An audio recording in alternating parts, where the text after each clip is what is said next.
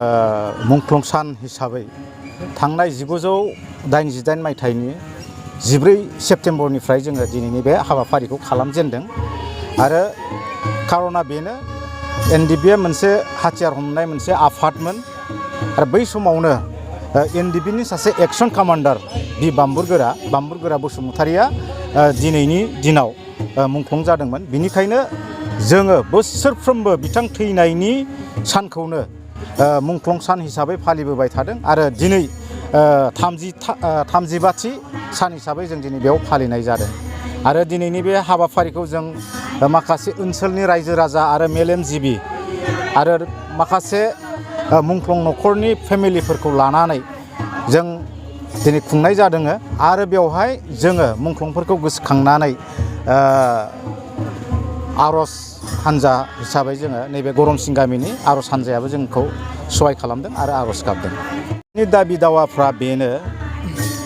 जिहेथु जोङो उदां अख्राङाव जों फैफिनजोब्बाय बयबो हाथियारखौ गारबाय संग्रामा जोंना जोब्बाय जोंनि आफादा प्ले डाउन जाबाय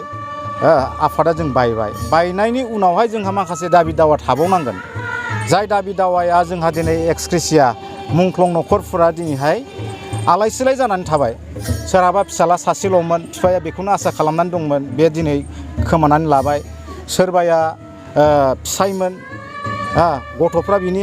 बे थैनाय लोगो लोगो बिनि गथ'फ्रा मावरिया जाबाय थिग बेफोरबायदि न'खरनि माखासे एक्सक्रेसिया मुंख्लं न'खरफोर मोननो गोनां बे मोननो गोनांखौ जों दाबि दावा खालामगोन आरो माखासे जेलाव हाबनानै दं बिथांमोनहा गनांगौ बेखौबो जों दाबि दावा खालामगोन आरो माखासे जोंहा पेन्डिं केस दं बे जोबनांगौ बेबो जोंनि मोनसे दाबि जानानै थागोन आरो जोंहा एकर्डआव जिनिखि मोजां दफा जों बेखौ आजावनानै लागोन आरो माखासे जों साबजायै दफाफोर दङ ना प्रसेसफोर जों बेखौ दिनै जों इगनर खालामगोन आरो बेखौ जों मोजां मोननाय नङा।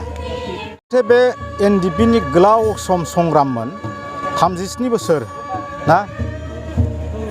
इसिबां गोलाव सम संग्राम खालामनायनि उनावहाय जोङो बे एकर्डखौ एनडिबि गोजा हारसिङै भारत सरकारजों सावरायनानै जुदि जों एग्रिमेन्ट खालामनायमोनब्ला बियो बिराद मोजां जागौमोन हयथ' बिटिसिनि बहुद सायाव मोनसे स्टेटुट लेभेलनि मोनसे जोङो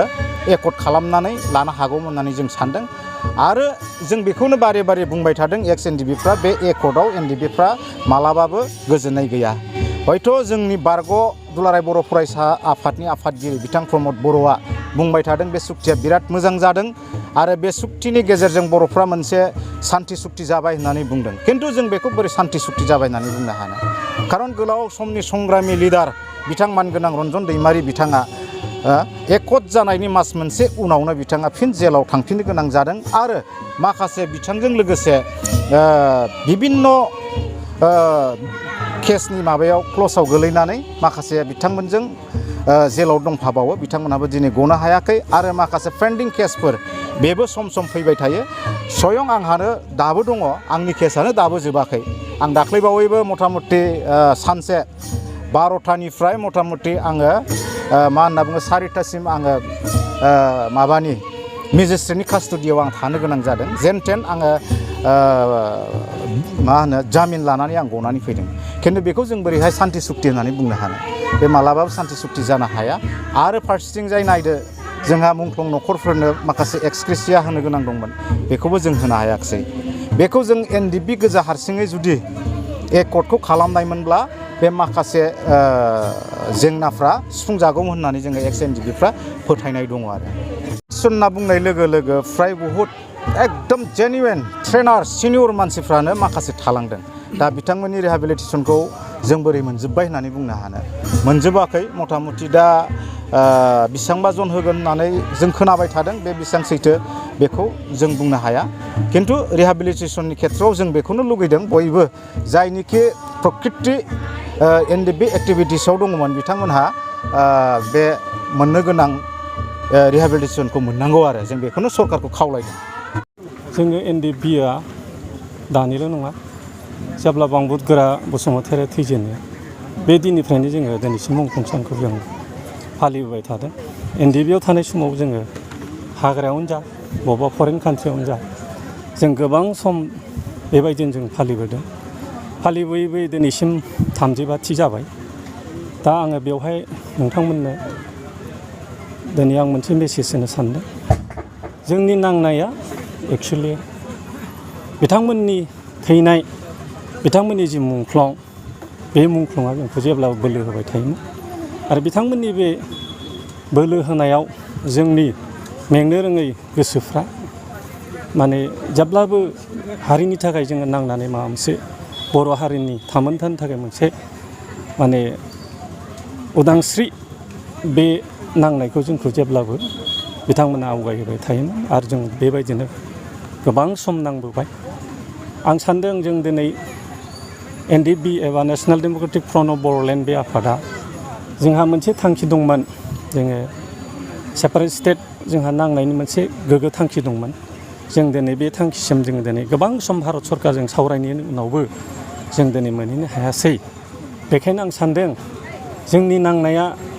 एबा बर'फ्रा जेब्लासिमहालागै सेपारेट स्टेट मोना अब्लासिम जों दिनै नांबाय थानाया मोजां होननानै आं सान्दों खारन बिथांमोना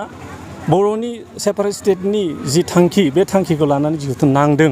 नांनानै बिथांमोना गाव गावनि भेलुएबोल बेसेन गोसा जिउखौ बिथांमोना बिथांमोना मुंख्लं एबा दान होलांबाय हारिनि नामाव दा बेवहाय जों जुदि माखासे एक्स NDP एबा जोंनि बर' रायजो राजाफ्रा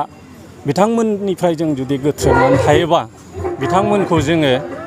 बिथांमोननि गावसिनि बेसेन गोसा जिउखौ हारिनि थाखाय नांनाय बे नांनायखौ जों जुदि गोथ्रोबनानै थायोबा जों बिथांमोनखौ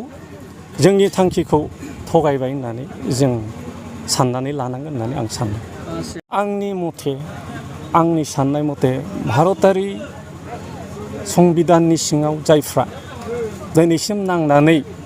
बिथांमोना जि सेपारेट स्टेट मोनबोबाय आं सान्दों मोनसे सुक्तिनि उनाव एबा सुक्ति जानायनि उनाव बेबायदि जोंनि दैदेनगिरिया जेलाव थानाङा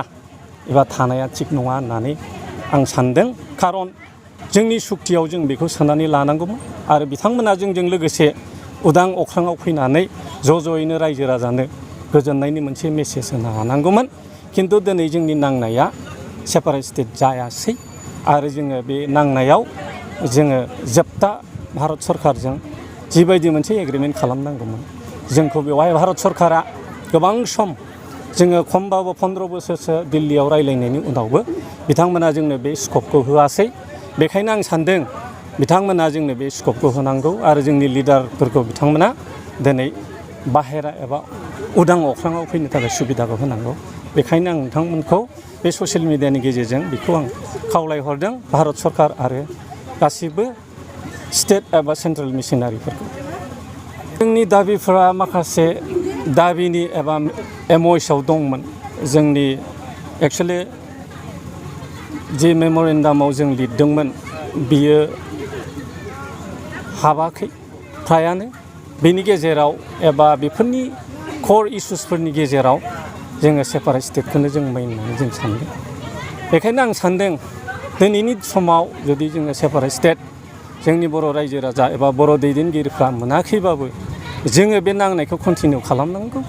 आरो भबिष्यताव जोङो बर' रायजो राजानि थांना थानायनि थाखाय मोनसे बिथाखौ जों गायसनना गालांनांगौ बेखौ आं गासिबो बर'नि दैदेनगिरि आरो बर'नि समाजनि गासिबो सोद्रोमाफोरखौ आं खावलायबाय